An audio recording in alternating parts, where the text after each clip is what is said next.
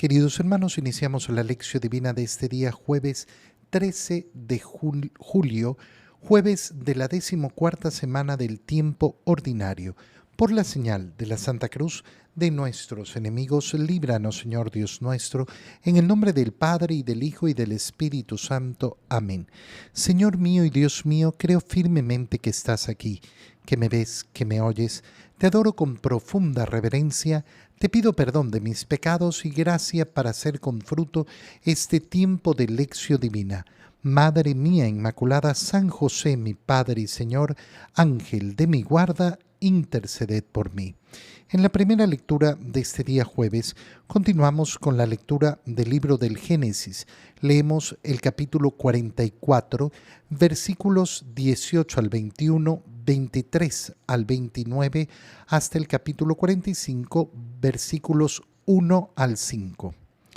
En aquellos días se acercó Judá a José y le dijo: «Con tu permiso, Señor, tu siervo va a pronunciar algunas palabras a tu oído. No te enojes con tu siervo, pues tú eres como un segundo faraón. Tú, Señor, nos preguntaste: ¿tienen padre o algún hermano? Nosotros te respondimos: sí. Tenemos un padre anciano con un hijo pequeño que le nació en su vejez. Como es el único que le queda de su madre, pues el otro hermano ya murió, su padre lo ama tiernamente.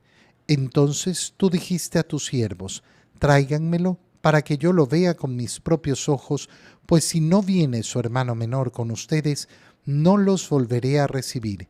Cuando regresamos a donde está nuestro padre, tu siervo, le referimos lo que nos habías dicho. Nuestro padre nos dijo: vuelvan a Egipto y cómprennos víveres. Nosotros le dijimos: no podemos volver a menos que nuestro hermano menor vaya con nosotros.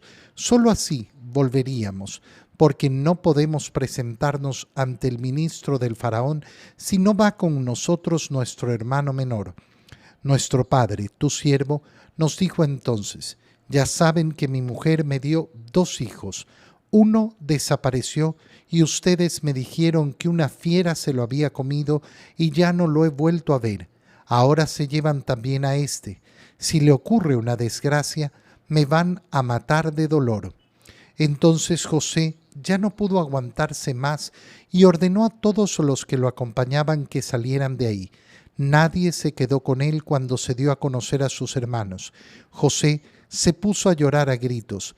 Lo oyeron los egipcios y llegó la noticia hasta la casa del faraón. Después les dijo a sus hermanos: «Yo soy José. ¿Vive todavía mi padre?». Sus hermanos no podían contestarle porque el miedo se había apoderado de ellos. José les dijo: «Acérquense».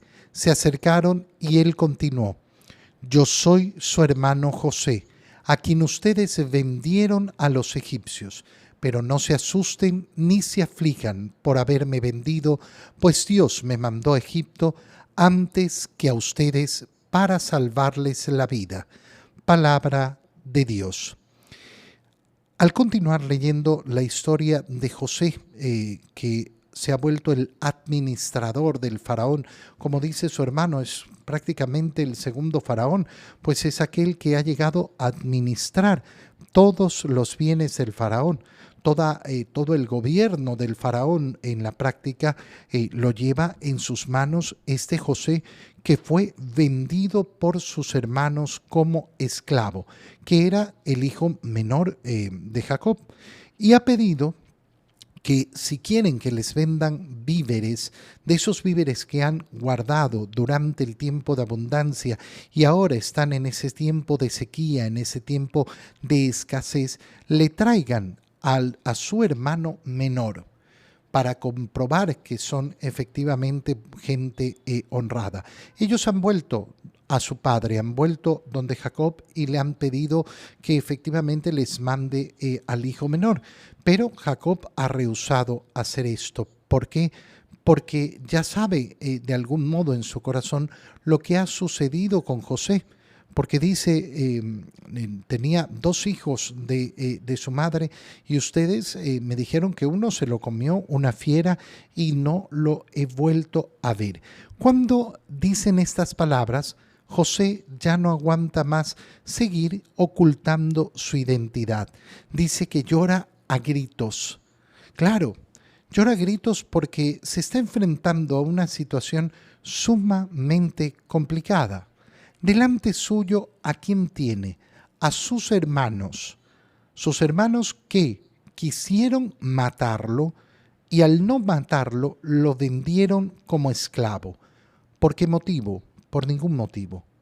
Por ningún motivo, simplemente por la envidia que sentían contra él. Piensa un poquito cómo nos pondríamos nosotros en esa situación. Tengo delante aquellas personas que me han hecho no cualquier mal, un mal terrorífico, terrorífico. Ese llanto de José refleja por un lado eso. Me estoy enfrentando a los culpables de tanta maldad contra mí. Pero por el otro lado está la rebeldía del corazón que no quiere ser vengativo, que no quiere hacerle daño a sus hermanos. Qué preciosa es esta historia de José y sus hermanos. ¿Por qué? Porque nos muestra en primer lugar esa profunda libertad que tiene el ser humano. El ser humano es capaz de enfrentarse a las maldades más grandes y no rebajarse para actuar de la misma manera. Si José se vengaba, ¿qué es lo que iba a lograr? Iba a lograr actuar exactamente igual que sus hermanos. Pero bien merecido se lo tenían. Pero al final del día, José iba a ser exactamente igual que sus hermanos. Y por el otro lado, la referencia que da José de ese entender la providencia de Dios, como para aquel que busca hacer la voluntad de Dios, para aquel que quiere efectivamente entrar en el profundo amor de Dios, ¿qué es lo que va a tener? ¿Qué es lo que va a obtener? La visión que le permite ver más allá de lo evidente, más allá de simplemente la contingencia. ¿Qué es lo que permite ver la contingencia de todo lo que ha ocurrido? Que aquí están estos hermanos perversos, malos, que han vendido a su hermano como esclavo. Y la pregunta es, ¿por qué Dios ha permitido esto? Y la respuesta, ¿cuál es? Porque aquel que quiere actuar en bondad va a encontrar el camino para convertir toda circunstancia de mal, todo mal, en una ocasión de bien. José, ¿qué va a mostrar? Va a mostrar su misericordia. Y mostrando su misericordia, va a engrandecer su corazón, va a engrandecer su bondad. Si José, en cambio, respondía con la venganza, ¿qué es lo que hacía? Lo que hemos dicho ya, rebajarse al mismo nivel de sus hermanos, no ser en nada distinto a sus hermanos. Aquí está la decisión libre de la persona que se enfrenta al mal y decide del mal sacar una oportunidad para el bien y para un bien inmenso, para un bien tremendo. Y por eso es que está dispuesto a perdonar a sus hermanos. Está dispuesto efectivamente a perdonarlos. ¿Por qué? Porque además quiere volver a ver a su padre. ¿Vive todavía mi padre? Sus hermanos no le pueden contestar y entonces él les responde: no se asusten ni se aflijan por haberme vendido, pues Dios me mandó a Egipto antes que ustedes para salvarles la vida. Y entonces no se queda viendo la maldad de sus hermanos, se libera de la maldad de sus hermanos para entender el plan de Dios, como con nuestra libertad ese plan de Dios siempre va a abrir la puerta para la bondad. Quien se queda encerrado solo contemplando el mal y quiere luchar contra el mal y atacar el mal y vengarse del mal, nunca entenderá la grandeza del camino de Dios, la grandeza de la providencia de Dios. En el Evangelio, leemos el Evangelio de San Mateo, capítulo 10, versículos 7 al 15. En aquel tiempo envió Jesús a los 12 con estas instrucciones: vayan y proclamen por el camino que ya se acerca el reino de los cielos. Curen a los leprosos y demás enfermos, resuciten a los muertos y echen fuera a los demonios. Gratuitamente han recibido este poder, ejérzanlo, pues, gratuitamente. No lleven con ustedes en su cinturón monedas de oro, de plata o de cobre. No lleven morral para el camino, ni 2 túnicas, ni sandalias, ni bordón, porque el trabajador tiene derecho a su sustento.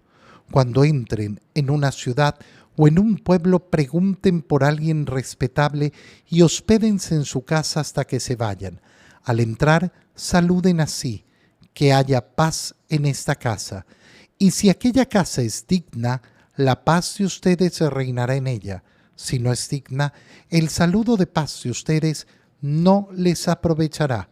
Y si no los reciben o no escuchan sus palabras, al salir de aquella casa o de aquella ciudad, sacúdanse el polvo de los pies.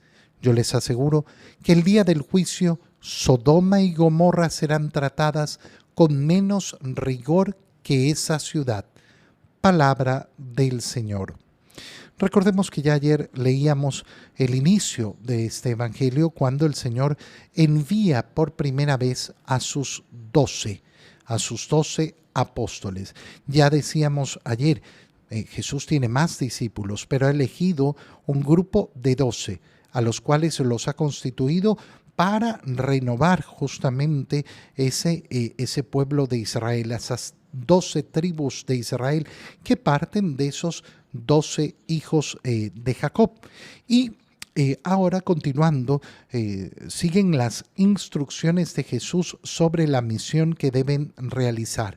En primer lugar, ir y proclamar por el camino que ya se acerca el reino de los cielos. Por el camino. ¿Qué significa por el camino? Porque uno va por el camino y cómo va a ir proclamando la palabra. ¿Qué está diciéndoles el Señor? Porque los manda a los pueblos, a las ciudades, a que entren, a que se hospeden en diferentes hogares, en casas. Ahí es donde se va a realizar la predicación. ¿Pero por qué por el camino? Porque tiene un significado precioso. Es decir, que no es una acción que se realiza cuando uno llega a un lugar determinado, sino que es una acción que deben realizar por el camino. Cuando entendemos que nuestra vida es el camino hacia el cielo, y recibimos esta misión del Señor, prediquen el reino de los cielos por el camino. ¿Qué significa? A lo largo de toda su vida. A lo largo de toda nuestra vida. No es cuando, lleguemos a no sé dónde y cuando suceda no sé qué. No. Es una acción continua. Predicar el reino de los cielos. Además de eso, con el poder que han recibido, curen a los leprosos, a los demás enfermos, o resuciten a los muertos, echen a los demonios. ¿Pero de qué manera? Gratuitamente. La Iglesia va a ejercer ese poder, va a administrar la gracia de Dios, va a entregar lo que ha recibido de Jesucristo de un modo gratuito. Y siempre vamos a tener que tener muy pendiente esto. El vicio de pretender el dinero no va a ser el corazón de la Iglesia, que no significa que no tengan nada. Porque fíjate cómo viene a continuación: no lleven con ustedes en su cinturón nada, monedas de oro, de plata o de cobre, no lleven absolutamente nada. ¿Por qué? Y les explica el Señor: porque el trabajador tiene derecho a su sustento. Es decir, que van a recibir lo que necesitan. Hay un derecho que el Señor establece con claridad, que reconoce con claridad. El trabajador merece su sustento. Qué palabras más bonitas y profundas para reflexionarlas. Yo no puedo hacer trabajar a nadie sin el debido sustento, sin la debida retribución. Y a sus discípulos les está diciendo entonces, confíen en la providencia.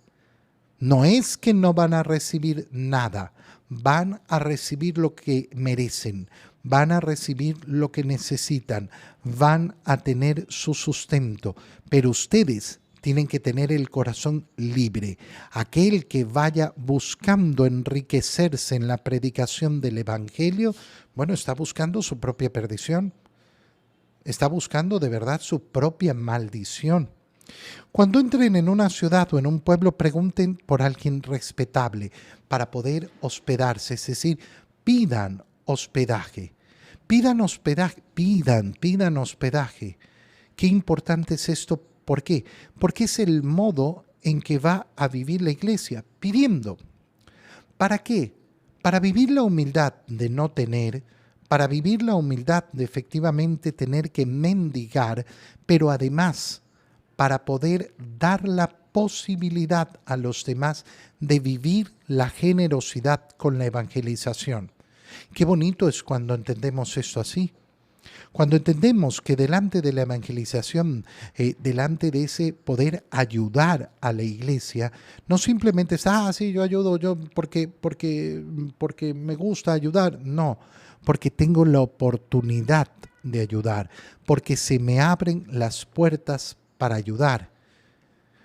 Muchas personas a veces cuando escuchan, bueno, hoy día, este domingo, tenemos la colecta del óvulo de San Pedro, tenemos la colecta de Múnera en Semana Santa, tenemos la colecta del Domum, de las obras misionales pontificias. ¡Ay, otra vez, otra vez! Mira, nadie te obliga nunca a dar. Siempre que nos enfrentamos a esa posibilidad, es así la posibilidad que nos dan de poder ayudar a la evangelización. Al entrar en la casa, digan la paz para esta casa. Lleven el saludo de la paz. Pero ese saludo de la paz está condicionado. ¿Condicionado a qué? Si en aquella casa hay gente digna, la paz de ustedes reinará en ella. Si no es digna, el saludo de paz no les aprovechará. Estas palabras son sumamente importantes cuando nosotros pensamos, quiero que bendigan mi casa porque hay problemas en mi casa. Yo voy y bendigo tu casa, muy bien. Pero lo que sucede en tu casa no va a cambiar por la bendición que se le dé. Porque si ahí no hay gente digna de esa bendición, de esa paz del Señor, entonces no aprovechará. Si en esa casa no hay el deseo de vivir en la gracia de Dios, entonces yo le puedo tirar, mira, agua bendita con tanquero, pero no servirá absolutamente de nada, porque no parte de la dignidad de aquel que quiere vivir en la gracia de Dios. Y si no los reciben, salgan. No me recibieron. Ay, entonces me voy a vengar, entonces me voy a enojar. No. Si no los reciben, salgan de aquella casa o de aquella ciudad. Mire el Señor cómo entrega siempre la libertad. La evangelización no va a ser obligatoria. Yo no voy a obligar a nadie jamás. Esto es una invitación. Invitación del Señor, siempre invitados, nunca obligados. ¿No me quieren recibir? Bueno, no me reciben. Están en todo su derecho de no recibir la palabra de Dios, de no recibir las bendiciones del Señor. Cada uno de nosotros toma su decisión libre. Salgan de ahí, sacúdanse el polvo de los pies. No se preocupen ustedes. ¿Por qué? Porque el día del juicio llegará y Sodoma y Gomorra serán tratadas con menos rigor. ¿Qué quiere decir? Está aquí la gracia de Dios. El que no la quiere aprovechar, bueno, ha tomado su decisión terrible de rechazar a Dios. No te han rechazado a ti, han rechazado a Dios. El tema es con Dios entonces. no con nosotros. No nos resentimos por el rechazo del mundo. Te doy gracias, Dios mío, por los buenos propósitos, afectos e inspiraciones que me has comunicado en este tiempo de lección divina. Te pido ayuda para ponerlos por obra. Madre mía Inmaculada, San José, mi Padre y Señor, Ángel de mi guarda, interceded por mí. María, Madre de la Iglesia, ruega por nosotros. Queridos hermanos, reciban mi bendición en este día, en el nombre del Padre, y del Hijo, y del Espíritu Santo. Amén. Que tengan todos un muy feliz día.